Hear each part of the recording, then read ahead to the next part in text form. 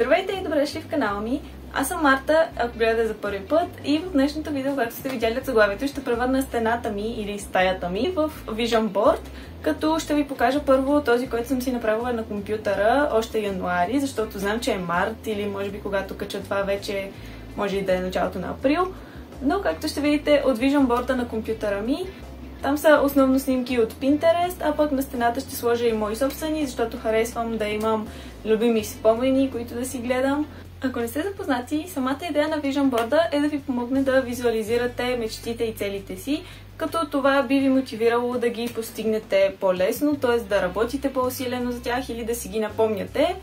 И на мен лично, като погледна Vision Board, който имам на компютъра, който също след малко ще ви покажа, просто ми става много приятно и топло, защото виждам всичко, което искам да бъда. И една идея, някои хора определят Vision Board-овете като средство, за да се превърнеш в мечтаната си версия, като виждаш мечтаната си версия. Още от малка залепям неща по стените си, като в началото бяха браво плакати, но в последствие преминах на снимки и цитати. В момента имам и любимия си сериал, като наскоро се наложи да махна някои от нещата на стената, затова днес ще я преобразим изцяло, ще махна някои излишни и стари неща и ще сложа напълно нови, като имам принтирани към 40 снимки с всякакви активности, които искам да преживея, цели и мечти, неща, които искам да ми се случат, както и спомени с любими хора, което прави моя си Vision Board доста по-личен, особено защото ми е на стената. Мисля, че това е достатъчно въведение, така че нека да преминем към това да ви покажа направения ми вече Vision Board, който направих още през януари, защото, както всички, и аз бях по-мотивирана да си визуализирам новите цели за годината. И да, ще ви ги покажа и ще ви ги обясня по-подробно. Начинът, по който използвам Vision Board на компютъра си, е, че съм го оставила на десктопа и го виждам всеки път, когато си отключа компютъра.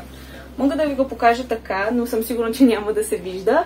Затова ще сложа снимка на екрана и мога да ви разкажа целите ми малко по-подробно, като и вие ги виждате по-ясно.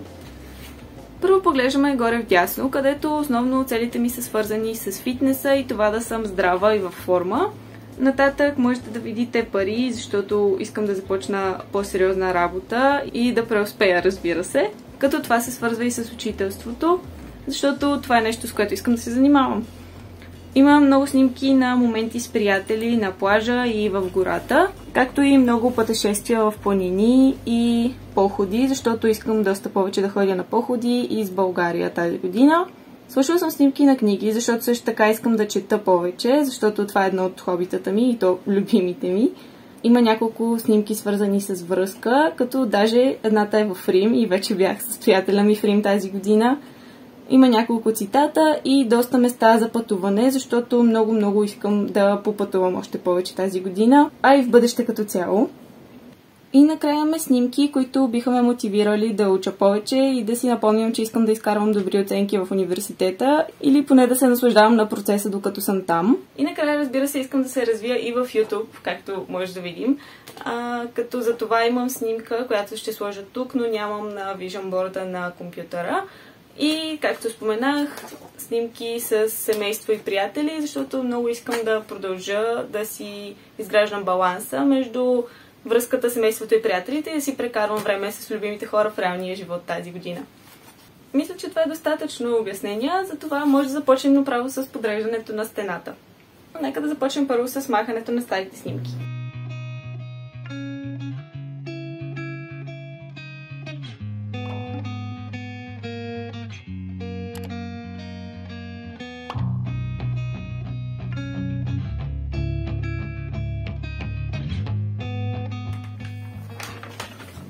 И след това слагаме новите, като този също ще го върна, просто го сложа на друго място.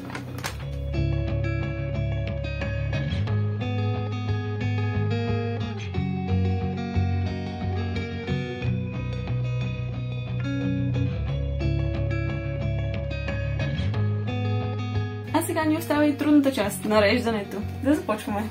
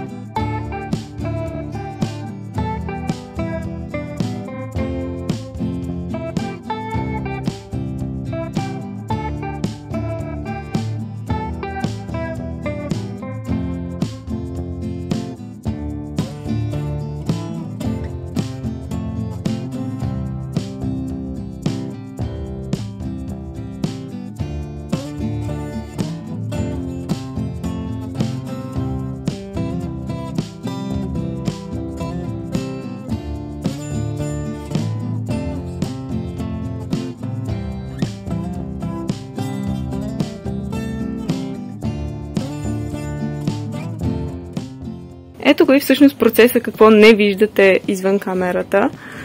Тук са всички снимки, които съм оставила. В началото беше доста по-трудно, докато наредя първата стена, т.е. тази. Само че оставих за другата стена определен брой и в определена гама, т.е. по-светлите. Поне така си ги нарекох. И сега пробваме кое как ще стои.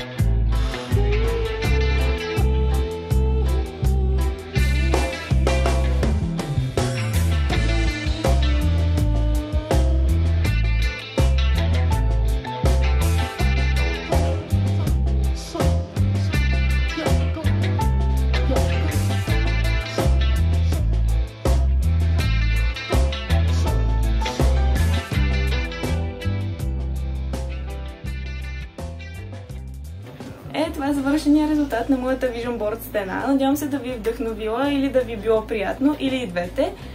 Благодаря, че гледахте и ще се видим в следващото видео. Чао!